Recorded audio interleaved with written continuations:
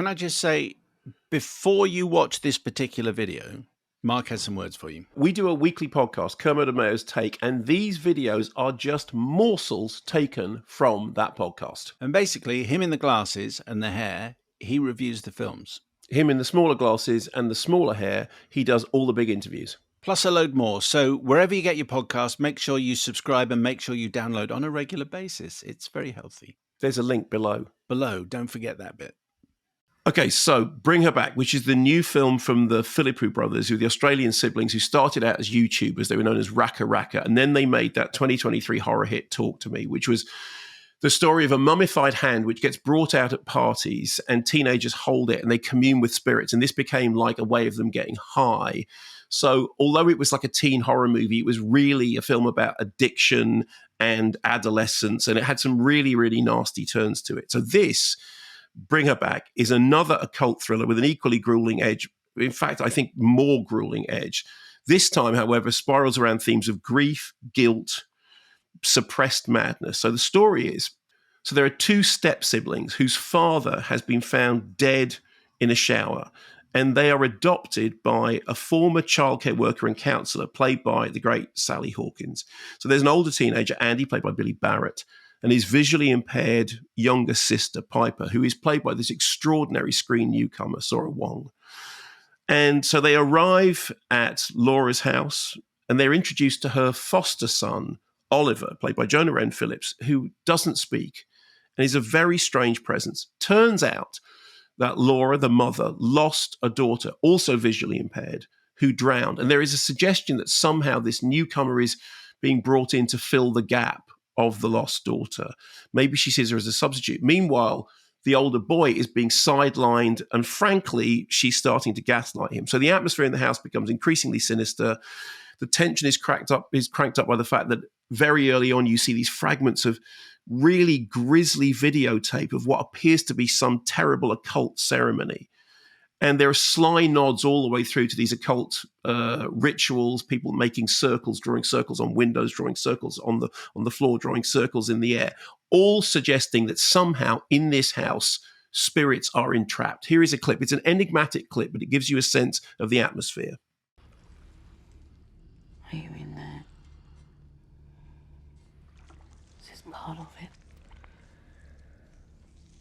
Did I do it right?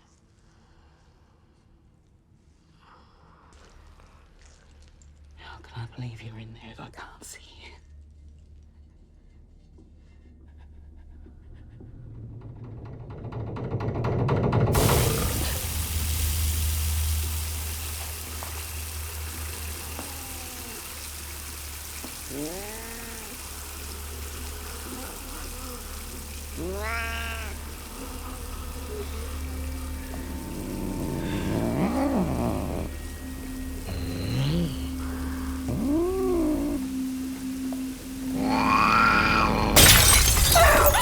That's freaky. I know it's hard to tell what's going on, but it's so creepy. And actually, even just hearing that gives me the shivers.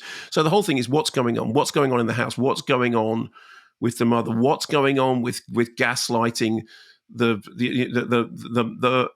brother? And what is up with Oliver, who appears to have to be locked up for ages and ages for his own safety? So I won't say any more, because the thing is, the story reveals itself very slowly, and it needs to do so, because what it does is it builds up the sense of family dynamic, of family drama, of dysfunctional family dynamic. And then there is this atmosphere, this growing atmosphere of dread and unease. And I remember William Friedkin once said that he wanted The Exorcist to feel like a cold hand on the back of the neck, or the score for it to feel like this. This feels like the clammy, cold mud of an open grave in which you have been buried alive, in, somehow enfolding you.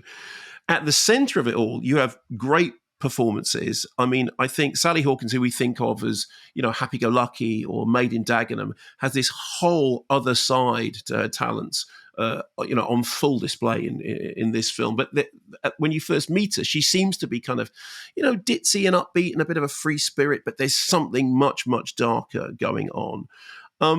Also, there is a sense that underneath it all, there is this grief and sadness. I mean, the filmmakers said, Talk to Me was a party movie. We wanted to do a character study. Talk to Me is oomph, oomph, oomph. This is a snowball and then a spiral out of control. So they've also cited this genre of film, which I have to say I hadn't heard of before, psycho biddy, which is basically films which owe a debt to things like Whatever Happened to Baby Jane, what used to be called women's pictures, melodramas with a kind of gothic, grand guignol overstatement about them. So those influences are all there. You get the dread, you get the anxiety, you get the grief. However, the film also has teeth. I mean, it's an 18 rated film, and it's no surprise why when it bites, you really wince. I watched it in a screening room on my own, and I was really glad I was on my own because I was vocalizing my reactions to certain scenes, going, "Oh, That's against the code, that is.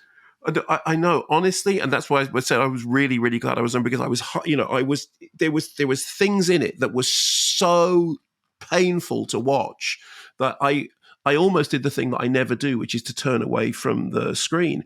And it was interesting afterwards. The projectionist, who's a friend of mine, we had a very quick chat about it, and we both went, "Oh, there's a real atmosphere to something clammy and cold and genuinely dreadful. There's a really terrific score which really gets under your skin. So great performances, and it's about something. It is about grief and sadness and loss, but it really, really knows how to turn up the horror when it needs to. And I think it's a step up from Talk to Me, and I think it absolutely establishes the Philippe brothers as the real deal. They know how to do this, and they've had an extraordinary career. Apparently, they started off as drivers on the Babadook, but they're here to stay. And I thought this was really unsettling, really disturbing, really sad, and really scary when it needed to be. So sad and terrifying. It doesn't sound like my kind of sad and scary.